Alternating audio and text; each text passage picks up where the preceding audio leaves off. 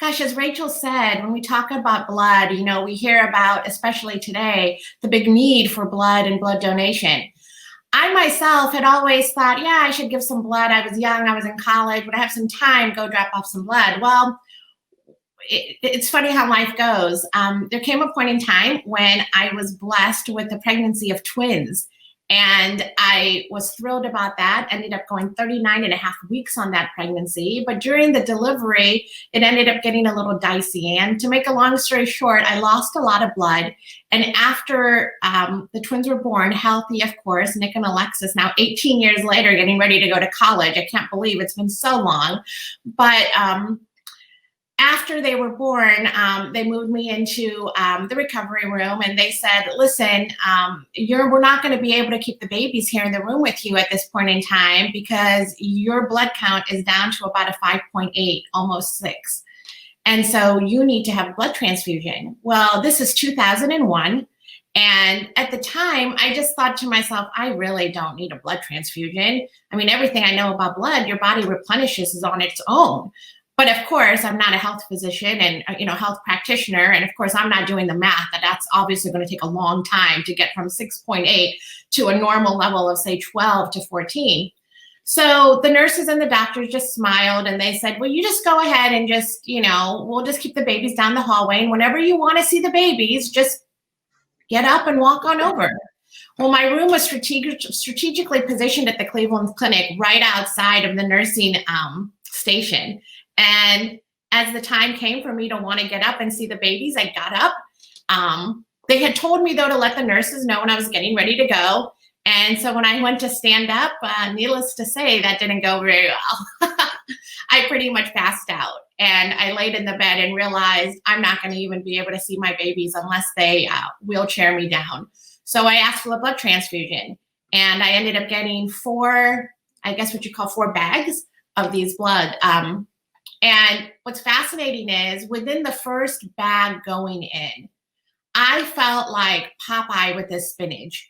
It was just amazing. I mean, one bag went in and I thought to myself, the power of blood is unbelievable. And it really got me thinking about just how essential it is and how we as human beings can really serve one another with just a simple thing as giving blood. So, I have been a big fan of blood donation, and the 4 bags was something else. I thought I could have run a marathon. Just so you know, I've never ran a marathon, but at that moment I thought I could have. In addition to blood, Mona, that's a great story overall to share. You've also had some experience installing our smoke alarms with your fellow board members, as well as inviting some colleagues that you work with. Can you talk a little bit about that experience as well? Absolutely. So it's interesting, when you're involved in your local communities and, you're sometimes when you sit on some corporate boards, so I sit on the university board or the hospital board, many of those boards, although fantastic, you're not necessarily rolling up your sleeves and getting out in our communities. And I think what's a differentiator for the American Red Cross is the fact that you can go out in the communities that are in our backyards and really make a difference with those folks and those people that may not either really know the impact of smoke detectors, or they might not have the resources available for them to install a smoke detector. They might not have the tools necessary just to install it. So it was really an eye-opening experience. We met some wonderful people in the community, and it was great to be able to share that experience with other colleagues and other family members and whatnot. So it was a great experience. Thanks. I know Mona currently serves as the chair of our board development committee, and she is that ideal person to go out there. She exudes such a spirit about her that people want to jump on board when Mona's involved in something. So this is a great role for Mona. She's a great leader on the board, and I thank her for her time this morning. I really, honestly, going back through it, couldn't have thought of a better person that could really jump in and be exposed in all areas of mission of the Red Cross. So thanks, Mona. Sure, Rachel, can I add just one quick little thing? And sure. I was thinking about that this morning as I was getting ready to come on this call. I was thinking about the different boards that I serve on, and I was thinking about, just like I said, the local university board, or the local hospital board, or the local roundtable board, or Leadership Akron, which is local. And one of the things I was thinking about and reflecting is, why the American Red Cross? What is it about the American Red Cross, when there's so many organizations to volunteer at? Why this one? And I just wanted to just quickly touch upon the fact that my parents were immigrants from India.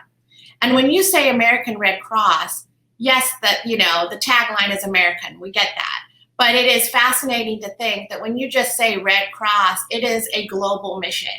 And to be able to serve somewhere where you know that the impact is just not in your backyard, but globally, whether, whatever country you're at, the international relief that we provide on top of our domestic relief, the support we give to our military families that are around the world, those are the things that really call me to this mission. And I just wanted to just simply mention that as well. Thank you. And those are all great points. Again, guys, if you're out there watching, Mona is a fantastic board member and truly just embodies that Red Cross spirit. So again, Mona, thank you so much for this morning. We really appreciate it. Jim, did you have anything else to add for Mona? Just that I did the addition, and I guess you have a couple of 18-year-olds now, huh?